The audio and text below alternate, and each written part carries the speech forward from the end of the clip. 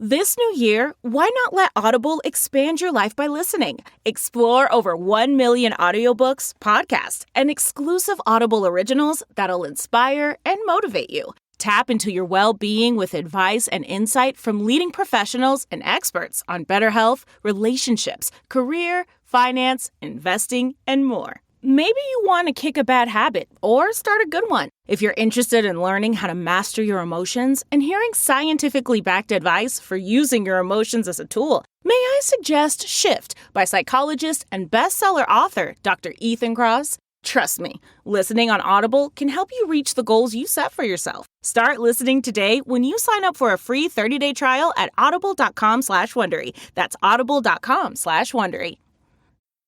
Today, the beverage aisle looks a lot different than it used to. America's beverage companies are working together. We're delivering the options everyone wants. In fact, nearly 60% of beverages Americans buy have zero sugar. You'll find more variety than ever, including more of your favorites, now available with zero sugar. You'll also find more sizes and clear calorie information on the front of every can, bottle, and pack. We know when it comes to finding balance, the more choices, the better. Get this, adults with financial literacy skills have 82% more wealth than those who don't. From swimming lessons to piano classes, us parents invest in so many things to enrich our kids' lives. But are we investing in their future financial success? With Greenlight, you can teach your kids financial literacy skills like earning, saving, and investing. And this investment costs less than that after-school treat. Start prioritizing their financial education and future today with a risk-free trial at greenlight.com/Wondery. greenlight.com/Wondery. The first question for you I have today, how much of Platformer is being written by AI? Like 70, 80% at this point? Like, what's your workflow? Platformer is written 100% by human beings. That's important to me. People are paying me, presumably, to read my reporting and analysis, as opposed to the median solution that was written by all of humanity and then regurgitated by an AI. So I don't use it to write, but I have started to use it for research. I've started to use it for editing. And just in general, I explore other ways that AI might be useful in my life. I fed a bunch of garbage day issues into ChatGPT, and then I asked it to write subject lines for a couple issues as me, and it was so fucking bad.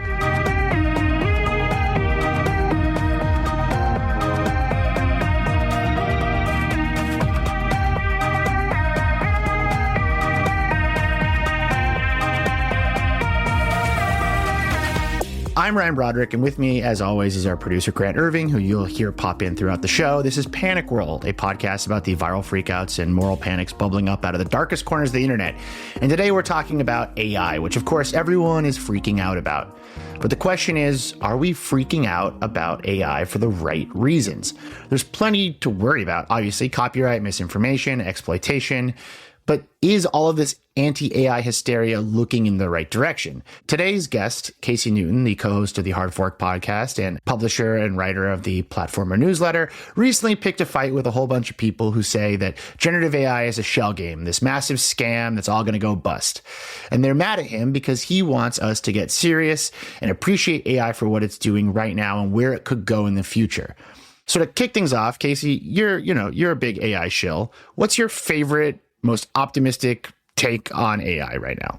Sure. And at some point, I would also like to sort of share the critiques of AI that I agree with, because I do agree with many of those critiques. We're not going to do that. No, we're just going to make you chill for an hour. Yeah. Perfect. That's great. I see AI as what's sometimes called a dual-use technology. It can be used for good. It can be used for bad. Fire is the classic dual-use technology. You can use it to burn down a house or a forest. That's bad. Or you could use it to heat your home and cook food. That is good.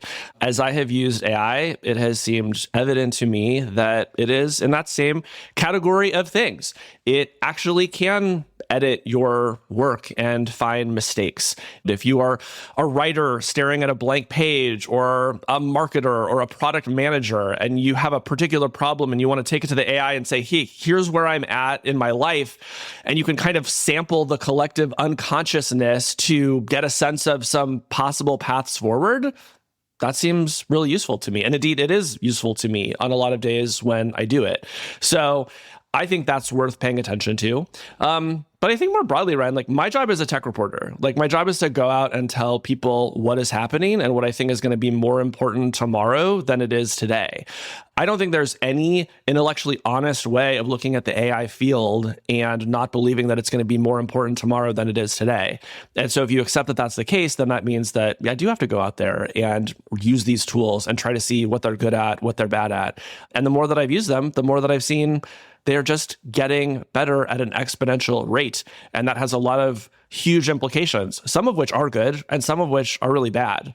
But unfortunately, we just live in a really polarized world. And on Blue Sky in particular, if you have an opinion about AI that isn't, it sucks, nobody wants this, and every time you use ChatGPT, a forest burns down, you get labeled as a booster. And I just think that's super intellectually dishonest. I think it's just interesting that the majority of Blue Sky users aren't taking planes, because they're so concerned. Right. Or they don't own cars. They don't live in the suburbs. Yeah, they're doing it right. Yeah. Honestly, I've been skeptical because so many tech innovations have been rammed down our throats and failed spectacularly. But I'm coming to terms with the fact that the world is different. AI has already changed work and the internet, and that's all very scary when you look at how much things have changed over such a short amount of time. But this is a show where we like to really scare our listeners by laying out what has happened in that short amount of time. So let's look at our timeline, huh? In December of 2015, a startup shows up called OpenAI. You've heard of them? Mm-hmm. Yeah, big. You've heard OpenAI? Okay, cool. Mm-hmm. So in their introductory blog post, they laid out their mission, which I think is really interesting to look back on now. So they write, "Our goal is to advance digital intelligence in the way that is most likely to benefit humanity as a whole, unconstrained by a need to generate financial return." It's hard to predict when human-level AI might come within reach. When it does, it'll be important to have a leading research institution which can prioritize a good outcome for all its own self-interest. Feels like that holds up pretty good, huh? Yeah. Yeah, they didn't deviate from that one bit. It's amazing.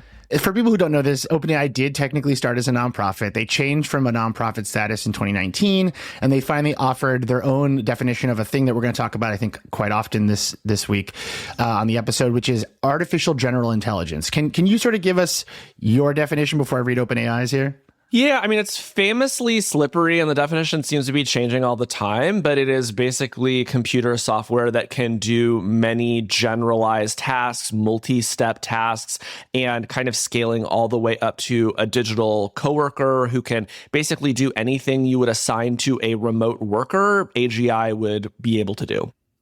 That's right. And our researcher, Adam, pulled out this really interesting sort of definition that OpenAI provides in 2019 because it is quite different from how they were talking, only a couple years before. So they describe AGI as highly autonomous systems that outperform humans at the most economically valuable work.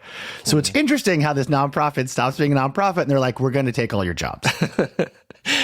Yeah. In 2023, as we learned from leaked documents just a couple months ago, OpenAI changed its definition yet again to an AI system that can generate at least $100 billion in profits.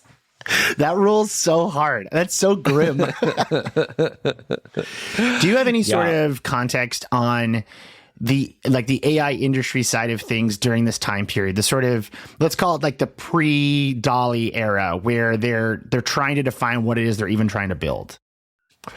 Yeah, well, they're trying to build machines that can think, that can reason, that can have sex with you. That can have sex with you, that can recursively improve themselves so they get better and better over time, and eventually can solve novel problems in math and science and physics. And so in 2015, they have some ideas about how to do this, but they don't know exactly how. When you get to 2019, they actually have ideas about how they're going to do it. And so things started to adjust as they got a better sense of it. Have you ever read the book Homo Deus? It's the sequel to Sapiens. It's written by Yuval Noah Harari.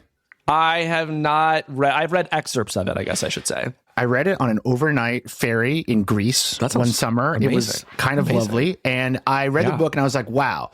It came out in 2015 and it describes a version of AGI that I read and I was like, this is totally right. This guy clocked it. This is the most horrific thing I've ever read. Turns out he was pro all of the things in that book. I read it being like, you got but he sort of describes this idea of an AI that is assigned to you at birth and it grows with you and it's like your personal assistant for life.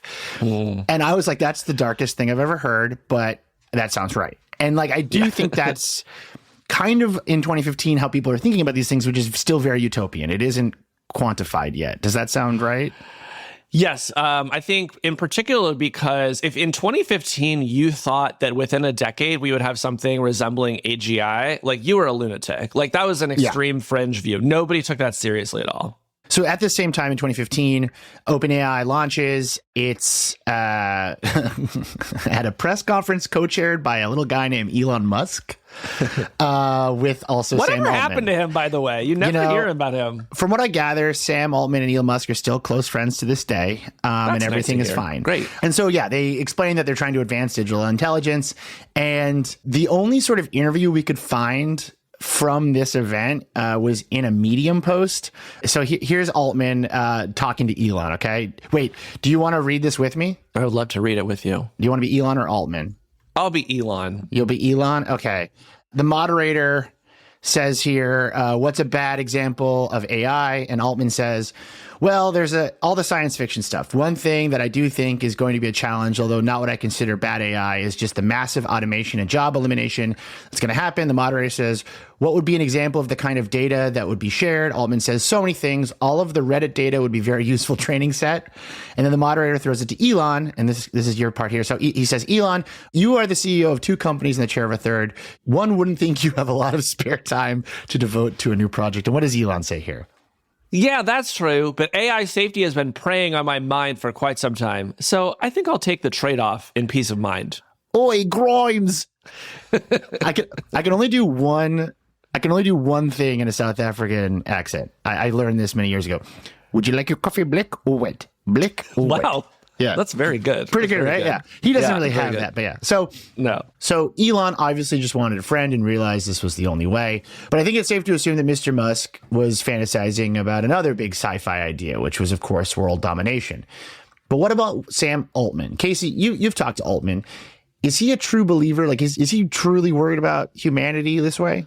So I knew Sam as the head of Y Combinator, right? So as a tech reporter, I write about startups. So I think the first time I met him in person, I was down at YC's demo day where all the startups were showing off their latest stuff. I interviewed him, or I said hi to him about that. Later, the ACLU joined Y Combinator, and I interviewed him about that. So yeah, all my early interactions with Sam had to do with him overseeing this vast empire of startups. Did you get a good vibe from him? Well, I mean, basically, yes. Like, Sam is very friendly. He's very personal. He's gay. I'm gay. Like, there aren't a lot of gay leaders in Silicon Valley. So I don't know. I sort of always thought that was interesting about him. So yeah. And, if you talk to most people who've talked to Sam Altman, they'll actually tell you that one of his faults is that he will just make you think that he agrees with you about everything, which of course in the moment does not seem like a fault. You think, I like this guy. He seems really smart. He seems to see the world the way that I see it. So you're saying it's like talking to ChatGPT? Yes, exactly. It's just like, oh, this works. Yeah. Okay. Yeah. This is a person. So about a year later, OpenAI releases its first product, Jim, and it's named that because it's training algorithms.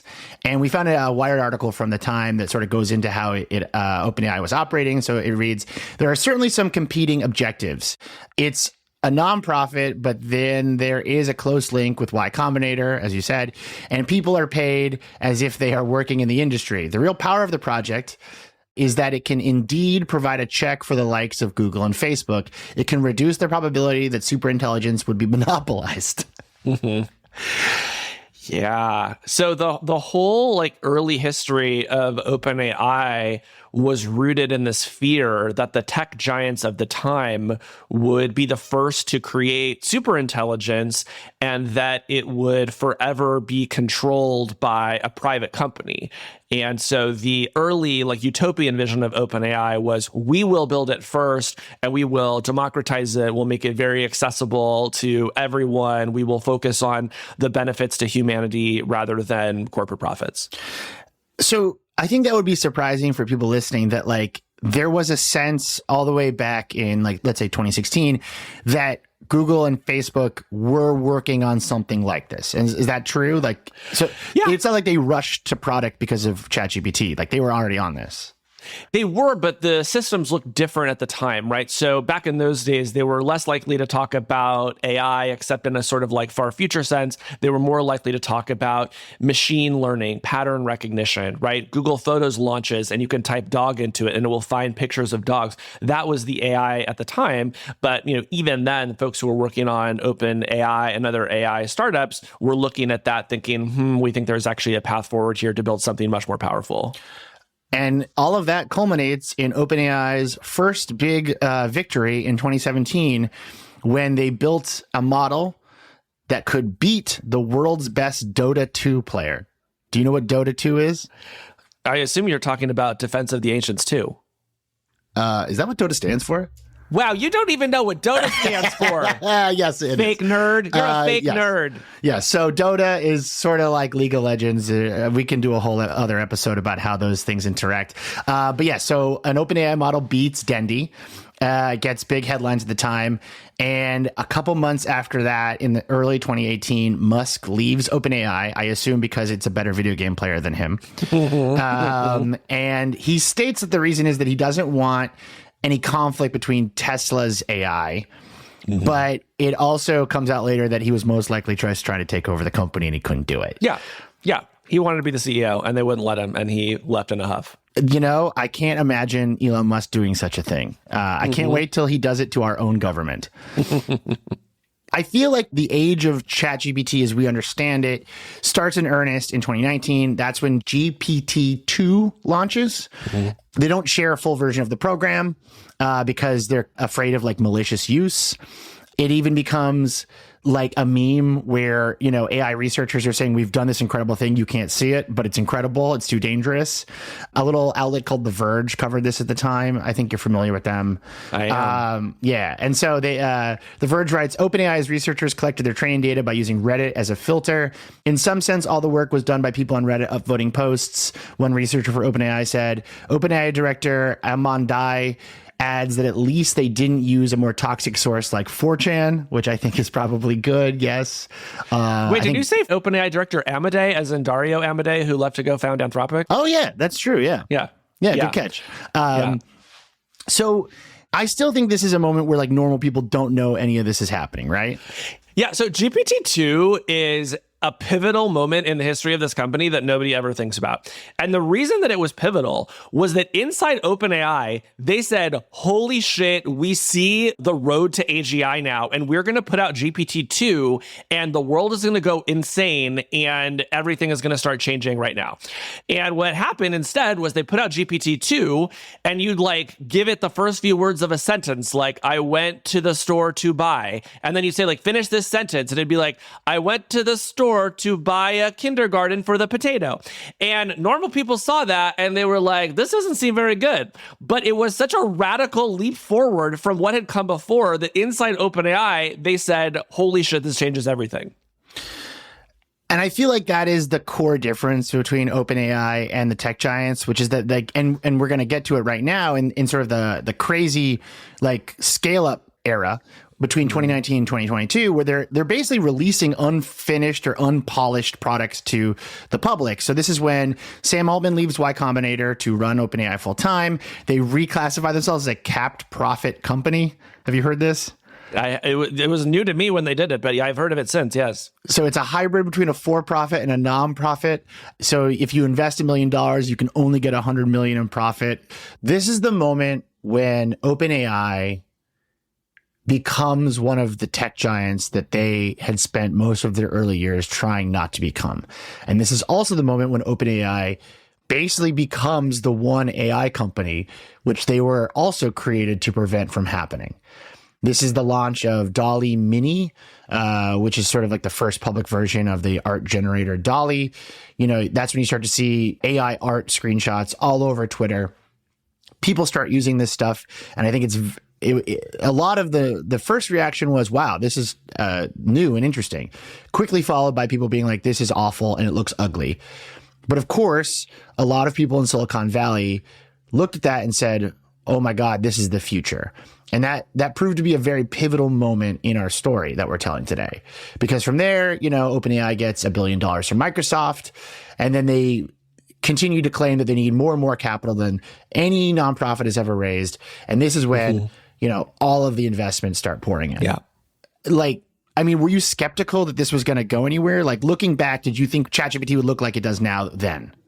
Certainly not then. My feeling about AI was like, probably eventually they'll figure it out. I felt the same way about like flying cars, where it's like, well, according to the principle of physics, you'll probably be able to come up with a flying car at some point. Is it going to be 5 years, 15 years, 50 years? I don't know. That's sort of how I thought about, AI at the time. It did change, though, when ChatGPT came out, and then all of a sudden it felt very tangible. Yeah, it moved very quickly. The spring of 2022 is when DALL-E 2 hits. And then they sort of enter an arms race with Hugging Face, which is, for people who don't know, they describe themselves as the GitHub of AI. They launch a free version. Then DALL-E Mini launches, which is free. So all of a sudden I think for the first time, people could see what this stuff could do visually, which really, they're not good by today's standards, which is kind of amazing. But I remember being on Twitter at that time and just being like, how is this possible? Completely. As somebody who I used to try to draw as a kid, and I plateaued very early. I just was not good at it, despite spending many, many hours at it. And so the idea that I could just type frog in a bathrobe into a box, and then I would get a frog in a bathrobe did legitimately impress me. I thought, well, this is something new. I am probably not impressed anymore, which is weird. And I feel like we can talk about sort of the emotional trail of all of this stuff. But I was like, this felt new. And I think you and I both at the same time wrote takes that were kind of like, it's here. Whatever this is, it's here. Yeah. This is also the moment where we start to get, I think the pattern that we've now seen for a couple of years, which is OpenAI does something, and then you get a open source or free version from someone else that is pretty much the same. So Stable Diffusion launches in August of that year. And then Midjourney launches inside of Discord as a Discord bot, which I still use from time to time. I like it better, personally. Do you have a favorite image generator now? Honestly, I was bullied by readers on Blue Sky into not using the image generators anymore, so I don't really use them, except for just maybe making the occasional meme to send to my friends. It does seem like Midjourney does the best work, but I have been so put off by the Discord-based interface, which my understanding is you don't even need to use Discord anymore. But usually for my image generating purposes, I just see whatever DALL-E can do, and if that's not good enough, I just give up. Yeah, I feel like that's what most people are doing. And in fact, at the end of 2022 is when we get ChatGPT, which is now running on GPT 3.5. Listeners, you're going to hear a bunch of models and numbers. You don't have to care about any of this stuff. It's just how they organize it. So I want to read your reaction to ChatGPT. So I'm going to read your work to you. Okay. Are you comfortable with that? Love it. Okay. I love that. And again, here's where I just go back to the wonder and confusion I feel about the fact that you can just sort of plop code down and this thing, just using this corpus of text that has ingested, give you the right answer by just predicting the next word. And it just makes you wonder, is it because the answer to that specific question was somewhere else on the internet and it just matched that? Or is there something more arcane happening? Mm-hmm. Do you feel the same way now? I think I have a more sophisticated understanding of how these systems work, and I think the systems themselves have evolved. And I think the important distinction I would draw between what I think now versus what I thought then is that in most cases, I do not believe that ChatGPT is simply running a search function. Like if you say like, what is the fastest way to beat Legend of Zelda Breath of the Wild? I don't think it is just searching the training data for like the Reddit post that has the walkthrough. I think it is doing something different, which in some ways approximates the way that a person would reason through something.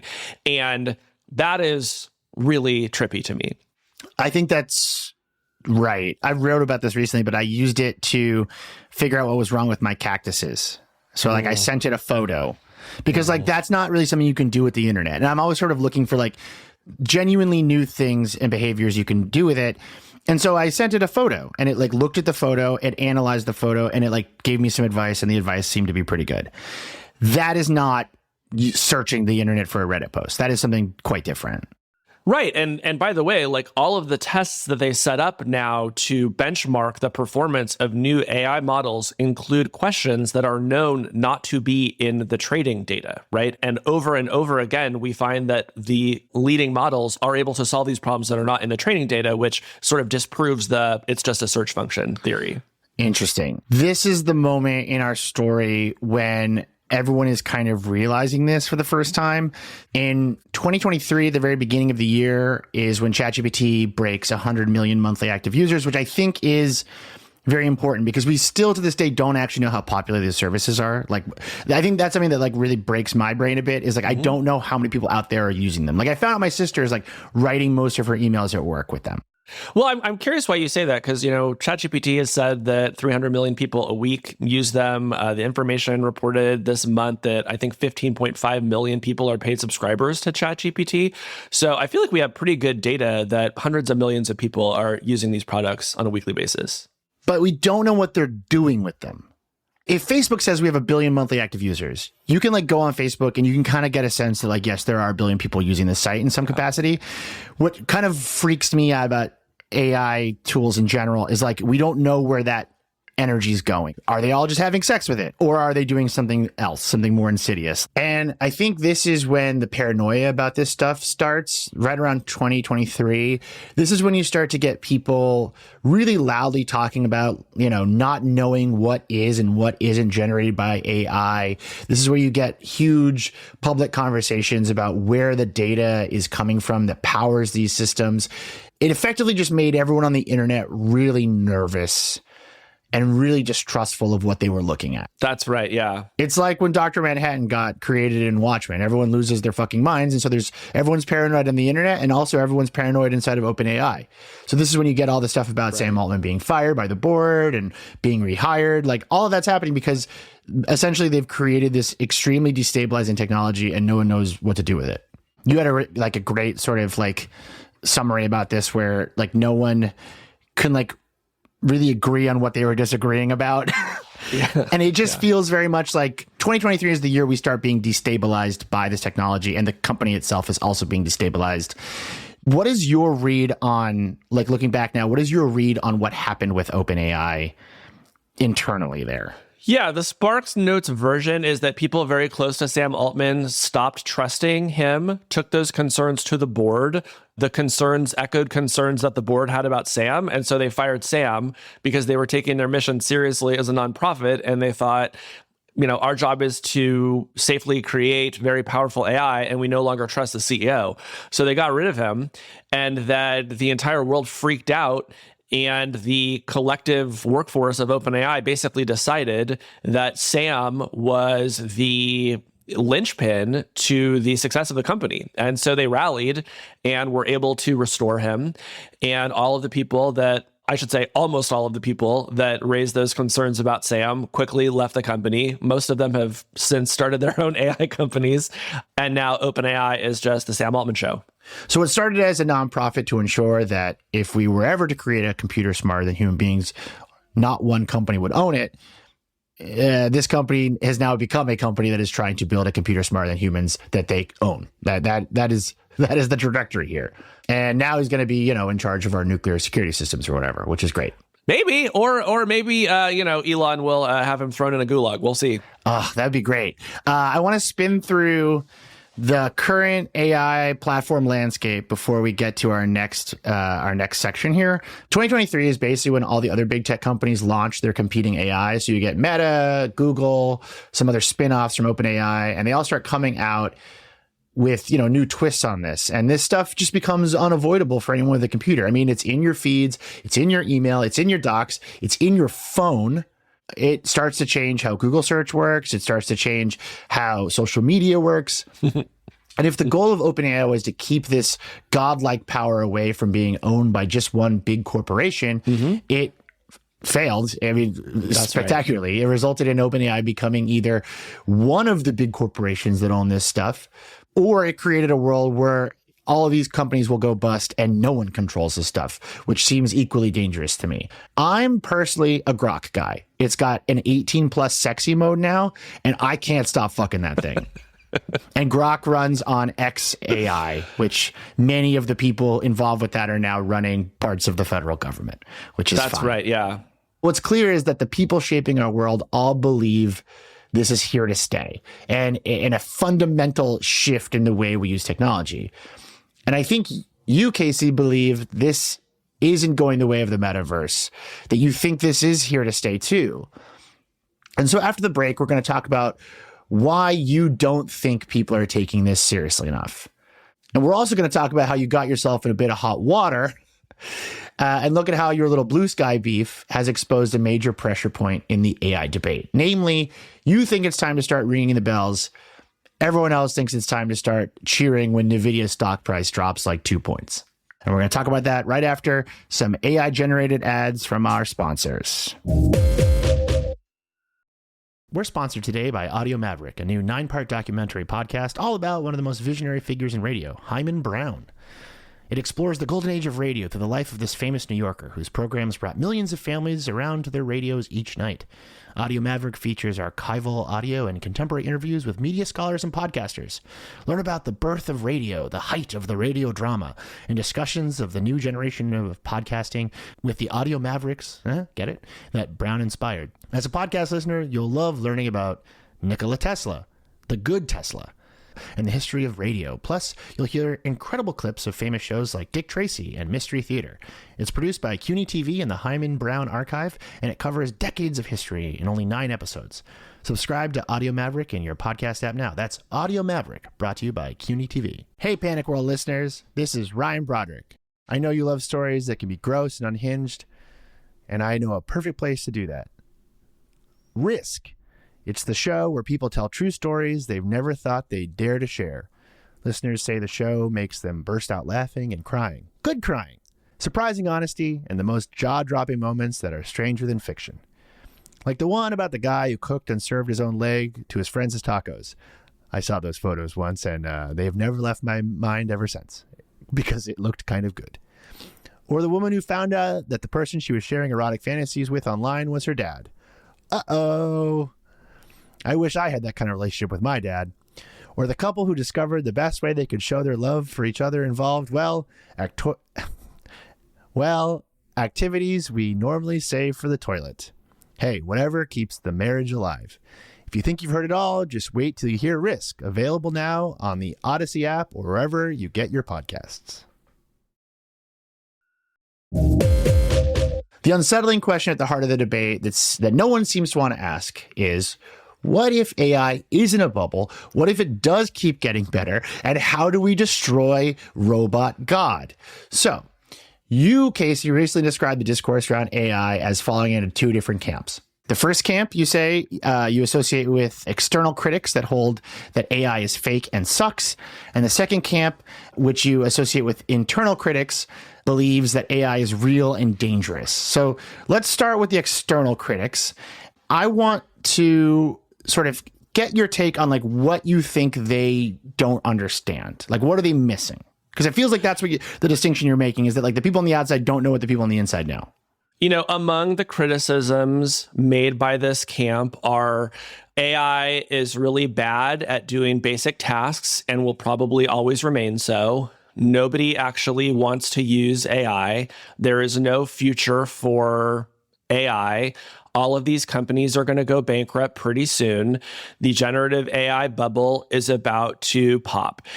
And while I think it's rarely explicitly said, the takeaway from this line of thinking is, and therefore, you don't have to worry about it. You can relax. It is not going to harm you. If you don't like using ChatGPT, great. You never have to think about it again. This is just the latest Silicon Valley brofest, and it is all about to explode. And we will just sit back and look at all of these companies in flames, just like we did when crypto exploded.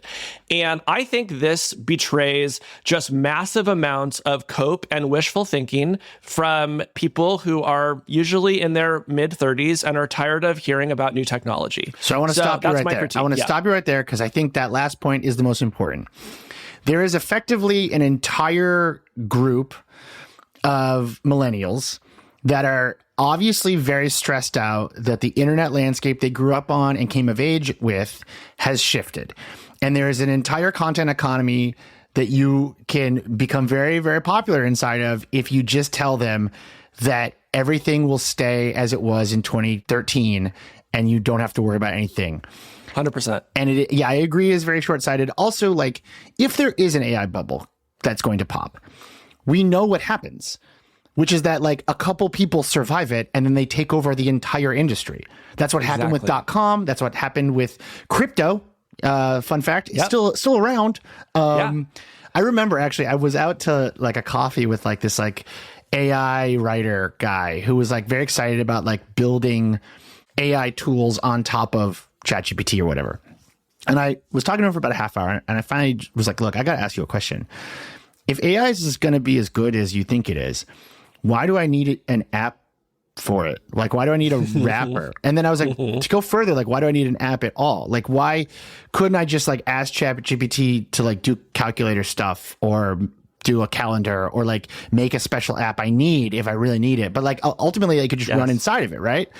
And so if the bubble does pop, that's what pops. It's all of the people who, I guess it's called like a wrapper. You're putting a wrapper around OpenAI stuff. Yeah.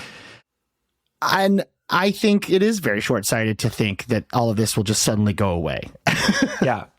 I mean, again, just like look at the rate of change. Look at the difference between GPT-2 to like this O3 model that now powers deep research. It is an extraordinary leap forward that took place in about 2 years. But in this moment, most people have not even tried deep research, right? So this is, a bit of a digression, but I think an issue in these debates is always that some of the people who most fervently believe this fake and sucks stuff are the people who have used AI the least. And I think it's important to remember that when you're taking their opinions into account. Well, one person whose opinions you targeted specifically, talking about very retro millennial behavior in your call-out post, then wrote a call-out post about you. So Gary Marcus writes, Newton vacillates far too much between AI and generative AI, when in fact the whole ball game is whether the $200 billion investment in generative AI is the right path to AI or not. For example, he gives a long list of things AI has done, but says very little about how those systems work. Some are based on LLMs and chatbots, blah, blah, blah, blah, blah. It's really about whether generative AI in particular can be made into AGI just using more data and compute. It confuses matters to conflate all that together. Newton just doesn't seem to get this. His writing on social media strikes me as astute.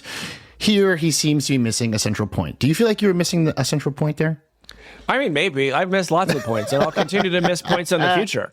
I think the thing about Gary Marcus is that he's been wrong so many times. Like, this man has been calling the end of the generative AI boom since it began. And one of the big reasons is that Gary Marcus just thinks that AI should be built differently. He does not like the large language model approach. He has a different approach that he thinks that the industry should take, which is something called symbolic AI, which I'm not even going to bother to describe. But when I read Gary Marcus's writing, I see someone who is butthurt that his idea for how to build AI did not take off and another version did. And I think it has blinded him to how successful the AI labs have been just at trying other approaches that Gary Marcus didn't come up with. So all he is left to do as he continues to make predictions that turn out to be false is to just say, well, just you wait. It's going to fail the next time. It's going to fail the next time. And it's become sort of a joke in the AI industry because no matter what the AI industry does, Gary Marcus is there to say, this is real. Don't believe your eyes.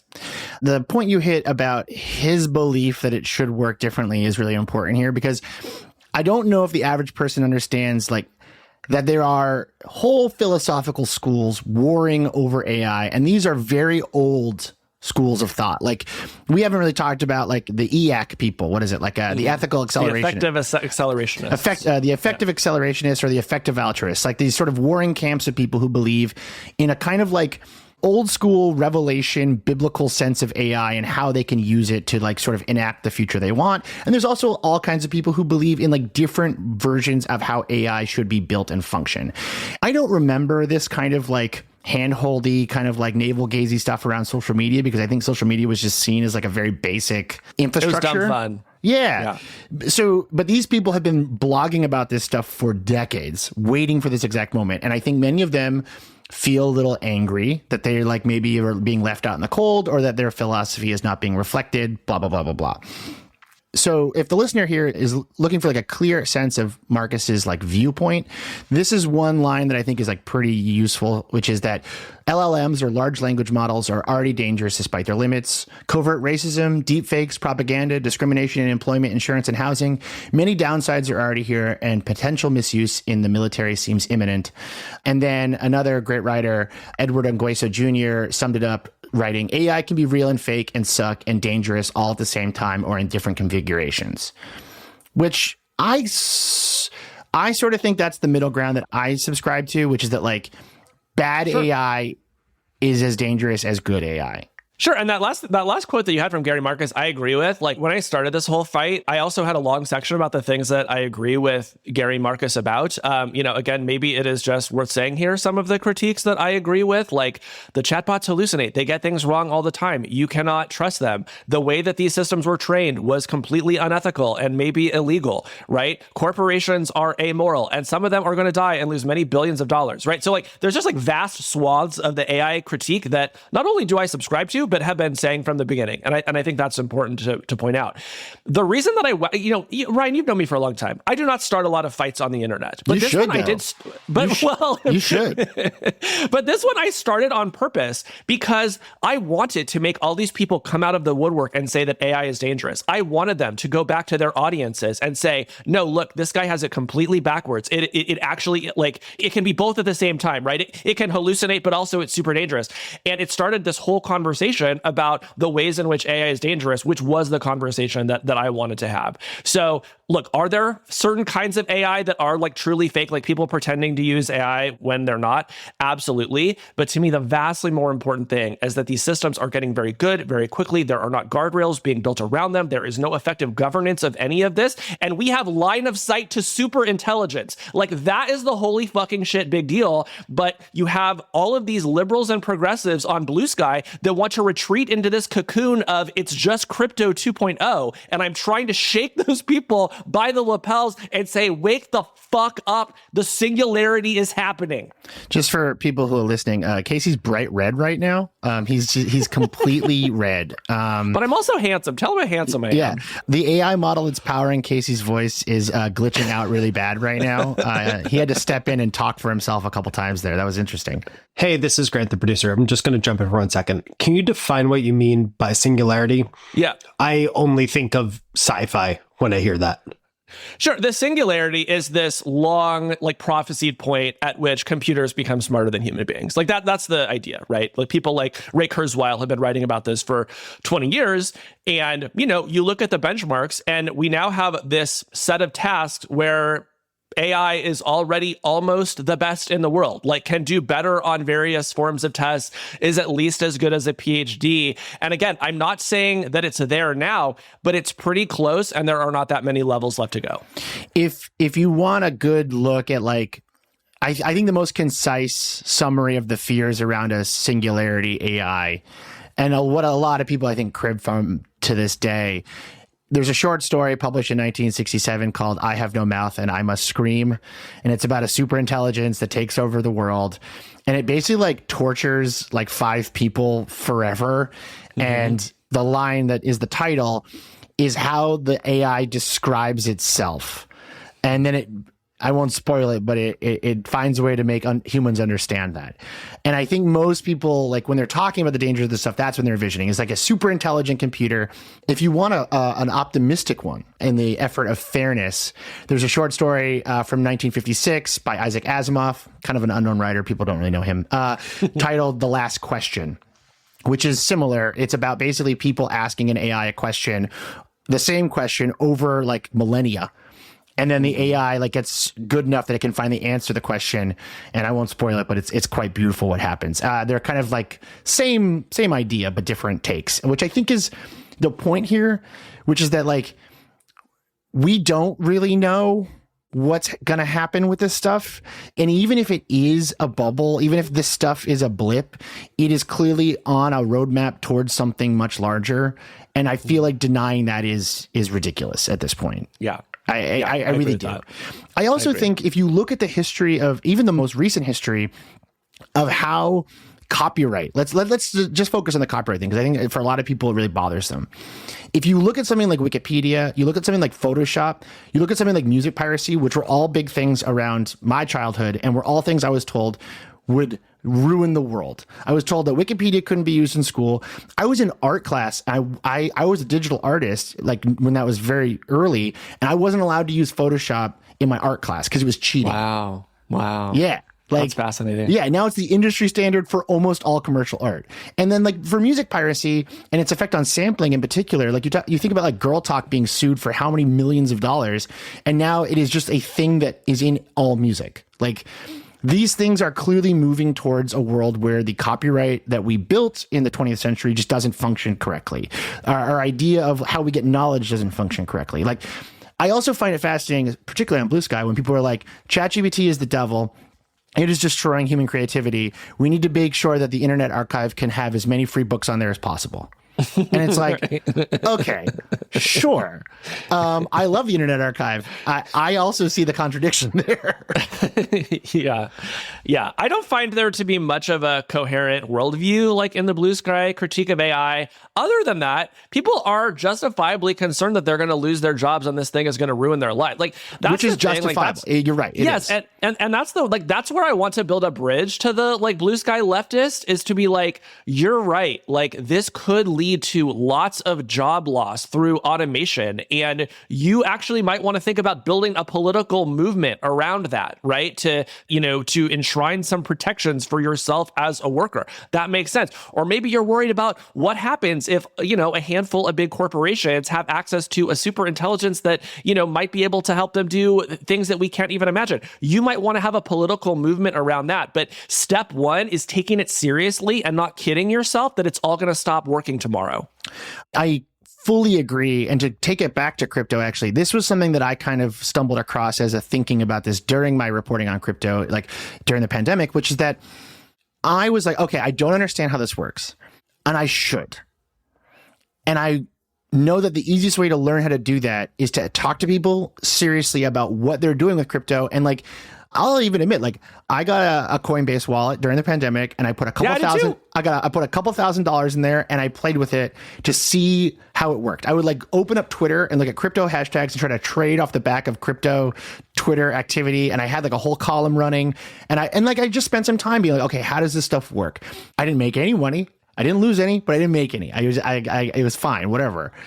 And it was interesting. Like, it was genuinely interesting. And now I feel like I can understand how to politically talk about this stuff. And I do think you're right. Like, you don't have to go buy a subscription to OpenAI tomorrow to like march against it, but you should understand it, like how it works, why it works, who's behind it. Take it seriously. And crucially, if I can add one more thing, you have to keep trying it. So many people's opinions about ChatGPT were formed the day that it came out, and they don't understand that it continues to get better on an incremental basis. And occasionally you have these leaps forward, like in my opinion, we just saw this month with deep research, right? So this is a case where you cannot rest on the opinion that you developed of this stuff 6 months ago, because the industry, it is so dynamic that you're just going to have to keep trying it. Well, speaking of how dynamic the industry is, after the break, we're going to be talking about how everything we've talked about up until this point doesn't matter anymore because China's in the game now. This is a mini meditation guided by Bombas. Repeat after me. I'm comfy, comfy. I'm cozy, cozy. I have 0 blisters on my toes. Blisters. And that's because I wear Bombas, the softest socks, underwear, and t-shirts that give back. One purchased equals one donated. Now go to bombas.com/Wondery and use code WONDERY for 20% off your first purchase. That's BOMBAS.com/Wondery and use code WONDERY at checkout. Here's the thing. The way our tech giants are in an arms race against one another to be the company that makes the chatbot that ruins the world or runs the world, we are also in a Cold War against China, who a lot of American investors believe is fighting the same battle. I do think we hit a dividing line, and the dividing line between the previous era of generative AI and this current one is the launch of DeepSeek. For the uninitiated, can you sort of like run us through what DeepSeek R1 is and how it sort of fits in here? Sure. DeepSeek R1 is what they call a reasoning model. Reasoning models we distinguish from a more traditional large language model like a GPT-4o because of the way that they approach answering your query. And the way they do it is by allocating more time when you enter your query to try to think through things. And one of the really novel things about R1 is you can watch it try to think through what it's trying to do. You ask it for something. It's like, okay, I should look that up and I should integrate this. And I just discovered that. That's kind of interesting. And the result is that when you get something out of R1, you're more likely to trust it because you've actually watched the entire thought process. So while reasoning models had existed before, we hadn't really been able to see them think. And also, no one had ever heard of DeepSeek, and so people were really surprised when this emerged. Yeah, the immediate reaction to seeing the reasoning was fascinating, where people were like, I guess Tiananmen Square didn't happen. Everyone went home and had a nice time. That's really interesting. But just for the uninitiated, a quick sort of run through of China AI development here. So 2018, the U.S. government bans all purchase and use of Huawei, which is sort of the biggest telecom company in China and the world. And they're banned from any government purpose in the U.S. 2019, Trump steps up with an executive order banning all commerce with national security threats, which seems to be specifically targeting Huawei. 2020, reports come out that Trump is trying to block any advanced computers from China, even if they're made by third-party countries. 2022, between the release of DALL-E 2 and ChatGPT, the U.S. bans China from importing any heavy-duty GPUs. Reuters says the ban is on top AI chips. So the Cold War is sort of in full swing here. 2023, Joe Biden sees the new Mission Impossible movie and gets really fired up about it and decides that AI needs safeguards and signs an executive order basically promising to deal with AI. And then in January of 2025, Trump says that OpenAI will be the major beneficiary of a $100 to $500 billion investment to build Stargate, the newest Torment Nexus, if you will. And it's basically going to be like a bunch of data centers in the US. Do you get a sense of why Chinese AI has grown fast enough over let's say the last 5 years to inspire this kind of fear and panic from the US? Well, it's rooted in this idea that if you have a superintelligence would be massively beneficial to national security. It could help you build a better army. It could help you build better weapons. It could help you do better espionage. And so if you accept that all those things are true, then you're going to want to invest in AI. And, these large language models, the thing about them is a lot of the early ones were built in the open. So we basically know how to do it. It's kind of like if super intelligence could be achieved by roasting a chicken, and there's a recipe for roast chicken on the internet, and we're not exactly sure how you need to roast it and what other ingredients you need to put in the roasting pan. But if you can get a chicken and put it in an oven, you're going to get a decent amount of the way there. So that's the point when some of the China hawks in the government start thinking, okay, what can we do to make it more difficult for China to roast a chicken? I was at VidCon 2019, I think, and I was going to all the panels with Chinese apps because I just wanted to see what was out there. And I got an interview with an American employee at Baidu, which is a massive Chinese tech company. And I asked him, I was like, why is I was calling it machine learning at the time. And I was like, why is machine learning so good in China compared to the US? And he's like, because we have access to like as much data as we need and want. Like there's no real data privacy laws there. So we can hoover up the whole thing.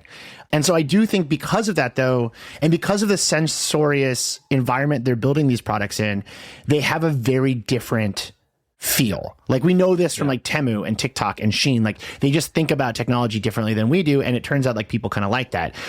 And they like DeepSeek enough that it climbed to the top of the App Store when it launched in January, and it basically crushed US AI company stock overnight.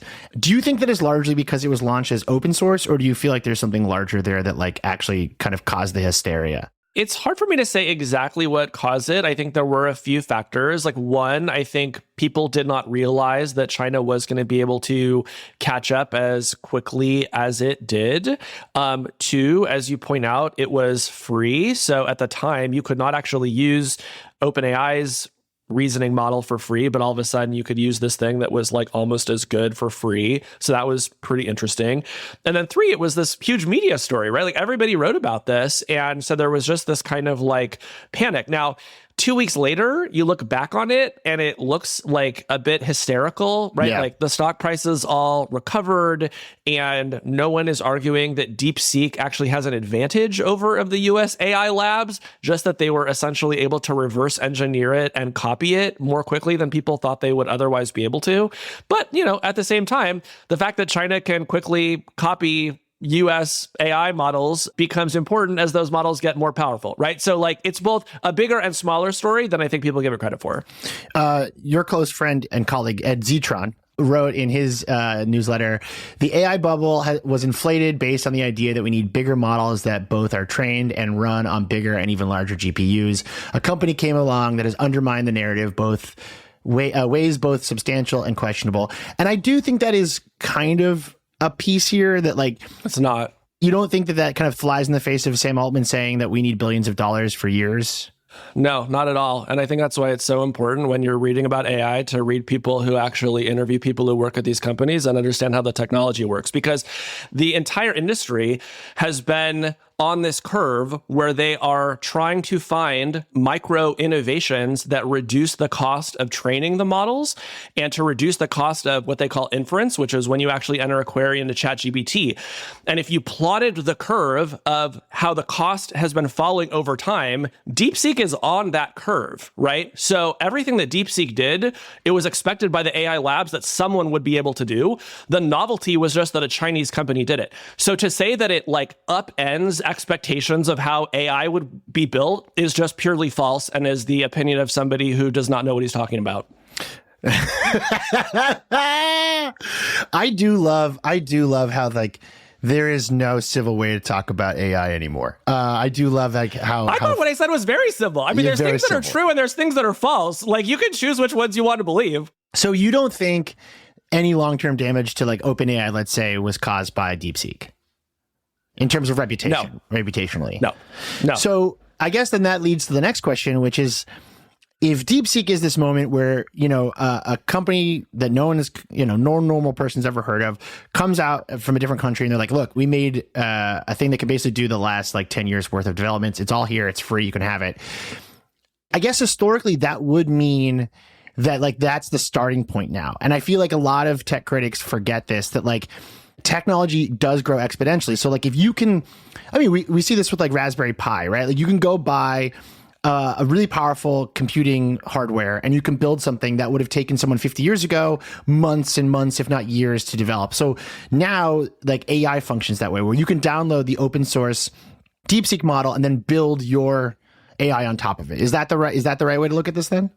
Yes. And let me say what concern that actually does create, which is how do these companies have a moat, right? Like this is a real concern, which is, okay. Can you define like the idea of an AI moat? Yeah.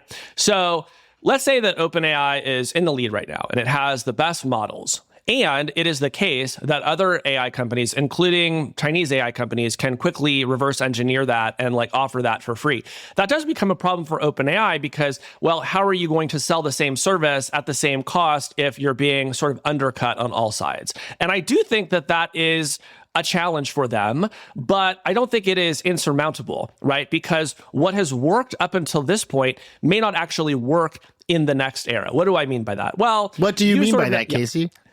So, sort of how ChatGPT works today. You have a query, you enter it, it does some mojo, and that mojo is essentially on the internet, and you can read how they do that, and you can actually build it yourself in your spare time if you have the right hardware, right? Right. Then the next era, which people are calling the agent era, is that there are going to be tools that can do multi-step tasks on your behalf. So maybe they can order groceries for you, they can sort through your email inbox, they can plan you a trip somewhere, right? It's not yet clear that whatever secret sauce goes into building that is going to be as easily reverse engineered as the earlier generation of stuff. It may be that it is, but we don't know that that's the case. And I believe that most of the economic value that OpenAI and these other AI labs is going to create lies in that agentic realm. If they're able to actually create virtual coworkers, and all of a sudden you're the CEO of your company, you're the CEO of Panic World, Ryan, you all of a sudden realize that for $200 a month, you can have an entire production team. I can replace Grant with an AI for $200 a month. Oh my God, I can't wait. It could happen, right? And so they may have an opportunity there that something like DeepSeek is not able to as easily replicate because they don't actually know how to do that. So that's the idea.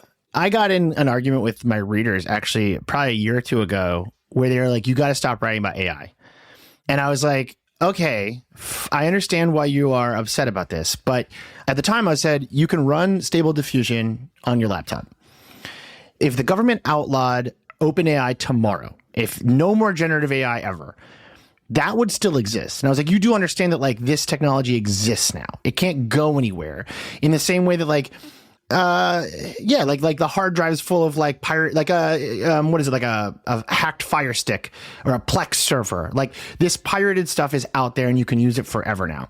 And I don't think the average person who is really mad about this stuff has really sat with the implications of that. So now the idea is not only is Stable Diffusion open source, something equivalent to ChatGPT is open source. And I feel like that is so massive that I'm still trying to actually process what that means because the moat there is gone. Then now you have to build something else if you want to survive. And that is very accelerationist technologically. Absolutely. But man, I am so struck by that story that your readers don't want you to write about AI because like what is fueling that? It is truly that people do not want to think about, which again, I am sympathetic because who wants to think about the fact that they might lose their job? But like, you and I are reporters and our job is to not turn our eyes away from this stuff. So it's like you actually have to keep telling this to people even though it is going to upset them. I agree with that to a point. I do understand. I understand, particularly from readers of a certain age, audience members of a certain age, this idea that like the thing that they prided themselves on growing up with, like how do you rotate PDF, the core millennial experience, has like moved on in a way. And I understand why like a generation of people who believe that they invented technology and grew up with it now feel alienated by this new way of thinking about it, which is very, very opposite to we're the only generation that understands how a file system works. Like Gen Z doesn't know where files go, and they're never going to because ChatGPT will handle it for them. And I understand the anxiety there. I actually do. Me too. But the thing that I'm the most struck by, and I think the thing that your sort of story here about your fights with the leftist blue sky kind of illustrates is the political naivety around this stuff. And I wanted to share an anecdote with you, which I feel like has kind of changed my thinking about how politics and technology work together. Because right now, obviously there's a lot of kind of like leftist Luddism that I'm finding very annoying. But a couple years ago, I was talking to a PhD student in Brazil, and she was working on her thesis that was kind of looking into the way the socialist Chilean government before the coup was trying to build their own version of the internet. So the socialists in power in Chile, they were trying to get this project off the ground. And basically the way it would have worked is that they were going to network factories. So every factory was a server, and the Chilean internet would function in a totally different way. And I guess they kind of cribbed it from a Soviet idea of how to build the internet. And what I think is so cool about that is that, as I said, like most of the leftist discourse we're seeing right now are tired millennials that are like, unplug computer bad. But there was a moment in time when that wasn't the way that people were trying to solve problems. They were trying to find ways to embrace technology to support their politics on the left, because the right is definitely doing that. Yes. And I'm not going to say like if your communist revolution doesn't involve AI, like it doesn't work. But I do think You cannot. But that might be true. It might be. This modern idea that somehow a new technology won't influence politics on either side is very naive. Let me put it another way. Do you think that the Republicans aren't going to use AI? Do you think that the fascists aren't going to use AI? They already are. The AfD, the Alternative for Germany party, they're like a far right. They're basically just straight up Nazis. They came in second in the election this month there. And one of their main players did a whole bunch of press bragging about how useful AI was. And he, what he said, which I think is very important, is that AI helps them show their supporters what the future will look like, what the far right future will look like. And it's already happening here. I mean, Donald Trump literally this month shared an AI-generated video of the Trump resort he wants to build in Gaza. The worst people on earth have realized what this stuff can do, which is render a more realistic vision of their horrible future they want to force upon us. Yes, they're literally installing it in the servers of the US government illegally, right? So they see the advantage in it. So I think if you're a liberal or a progressive and you're deciding that you don't like AI for aesthetic reasons, right, or some other, reasons that you saw in a reply to me on Blue Sky, you're going to be fighting fascism with one arm tied behind your back. And I think that leftists might want to have a more engaged view of AI that at least asks the question, could this be helpful in organizing? Could this be helpful in persuasion, right? Could this be helpful in developing and articulating a media strategy? Because if liberals and progressives just choose forever not to ask that question, I guarantee you the other side is going to have no problem asking it. I think it's actually easier to just assume we can go back to 2008. So I think I think it's just easier to just turn back the clock. Yeah. We introduced you as more optimistic than Ryan. I do not leave this conversation seeing any way that this doesn't just make the world suck more. Oh, that's a good call. Yeah. Give us your give us your most optimistic take of how AI is actually good and could be good. Like I said at the beginning, AI is a dual-use technology. There are absolutely ways that it can be used for good. And the three that I think are the closest to being real, some of them are real today, would maybe be these. Number one, it actually is helpful for knowledge work. It's not great for writing your headlines or writing in your style or generating new insights. But man, if you need to write a speech, if you need to give a presentation, if you are exploring a new idea and you just want something to bounce some ideas off of, AI is actually really good for that. And one of the hardest things in knowledge work is generally the blank page. AI really will meaningfully help you with that today, and it's only going to get better over time. Number two, I would say tutoring and translation. Education in this country is pretty not great. There are certain states in the United States where certain forms of knowledge are just forbidden. God forbid you want to learn something about the reproductive system in Texas, right? AI can absolutely be a tutor for you. If you are learning English as a second language, AI is amazing for helping you translate documents, for sort of editing your emails before you send them out so they sound like they're written in proper corporate English. So I think that that's really powerful. The idea of every child having a personalized tutor growing up that can meet them wherever they're at, I just think is super cool. And then finally, I would say companionship. And this is a somewhat fraught subject that could be a whole separate podcast, Ryan. But when you think about how many people in this country or around the world are suffering, who need support that they aren't getting, who are struggling with an issue, and in your pocket, you have an infinitely patient, pretty wise therapist that can listen to you, can mirror what you're saying back to you, can suggest strategies to you, I think is super promising. Again, this has some downside risks we could talk about forever, but I think most people would be better off having a little bit of therapy, and you can get a little bit of therapy from a chatbot today. So those are just three things that I would point out. There are lots more, but those things are all real and they are helping people today. So I will say the translation one, I'm 100% on with you. I think there's a net benefit to translation. It is good. It works. Use it. It works better than Google Translate. It's great. And it's getting better. Also, at the very beginning of sort of the AI run, I interviewed a bunch of therapists and I asked them, what do you think about ChatGPT therapy? And the overwhelming response was, we felt uncomfortable with Zoom therapy until the pandemic. And now we're sort of facing this other thing. And all of the therapists were just yeah, use it. It's not a replacement, but anything is better than nothing. Exactly. And I was really surprised by that, but I do think there is something there. That said, I hate AI. It's bad. It has to go away. It's stupid. It's a bubble. Please subscribe to my newsletter, garbageday.email. Casey, thank you so much. I do want to say those 3 points you made about why to be optimistic feel so small compared to everything else we talked about. I'm about to go for a very sad walk. I'm feeling very doomed. Casey, I want to thank you for coming on. This was a blast. You scared me several times as you were yelling at me, but I enjoyed it. I really did. First of all, you set this whole thing up to get me to yell. So don't pretend like this wasn't what you wanted, Broderick. Welcome to the puppet show, my friend. If people want to follow you online, where can they do that? I wouldn't. Don't follow me. Don't look for me. If people want to yell at you on Blue Sky, where can they do that? The listeners of your podcast, I don't want to hear from them. I'm sure they're lovely people. I don't want to hear from anybody. So you can Google me. Look me up in ChatGPT. See what that says. Yeah, perfect. Panic World is a Garbage Day production. Subscribe to the newsletter at garbageday.email. Panic World is written and produced by Grant Irving. It's hosted by me, Ryan Broderick. Our amazing researcher is Adam Bumas.